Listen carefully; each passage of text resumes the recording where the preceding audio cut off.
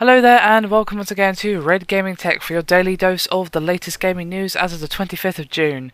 My name is Amata and today I have some news for you concerning Saints Row 4, which has actually been banned for release in Australia in its current form, but both publisher Deep Silver and developer Volition have said that they will be reworking some of the code in a bid to create a version of the game that can be released in the country.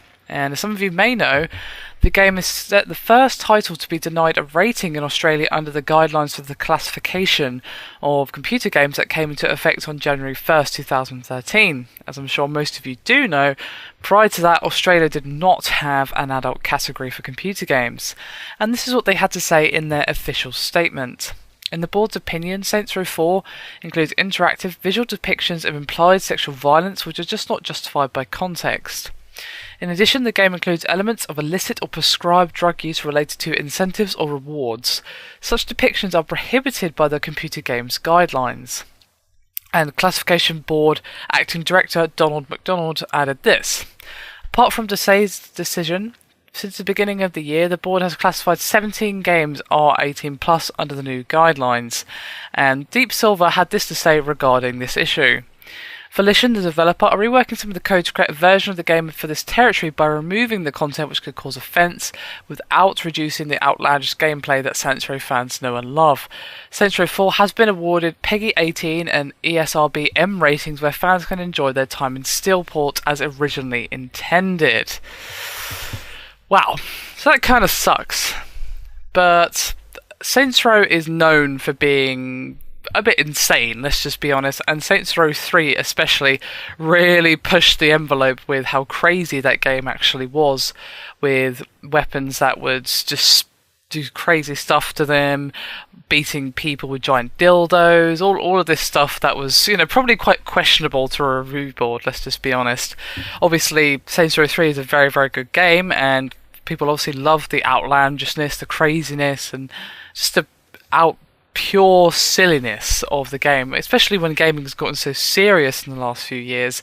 It's nice to have a game like Saints Row 3 that just lets you be silly, and I think that there is a place for that, and it's a real shame that it looks like those of you in Australia are not going to be able to enjoy the game as it was intended to be played, because obviously they will have to remove something if they want it to be released in that country at all.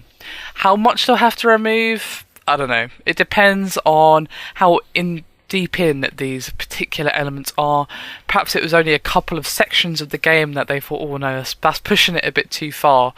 But I don't know. They haven't really said. All they've said is that it has a couple of things which they don't think are right, like the implied sexual violence and the use of drugs and so on, or use related to incentives or rewards. So maybe those two bits will only have to be removed, but for all I know, those kind of bits are all over the game and a lot's going to have to be cut out. It's really tough to say.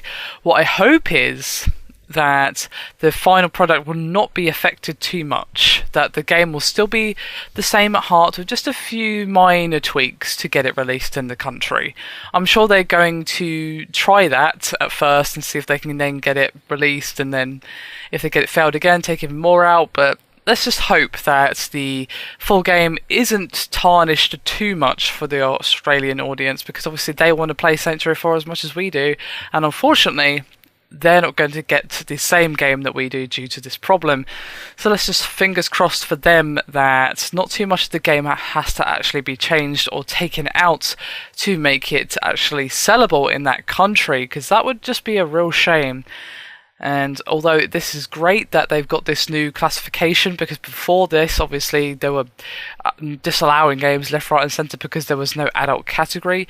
Obviously, since then, more games have been able to release in Australia, which is fantastic. However, I suppose there had to be a first game to fall foul of that classification. And Saints Row 4, unsurprisingly, I suppose, given the nature of that series, has been that one. So let's just see what happens. I'd be curious to actually see when the game comes out if an Australian viewer out there says, oh yeah, I've seen people's let's plays of the American version or the European version or whatever, and this and this has been taken out. I'll just be curious to see the differences, basically.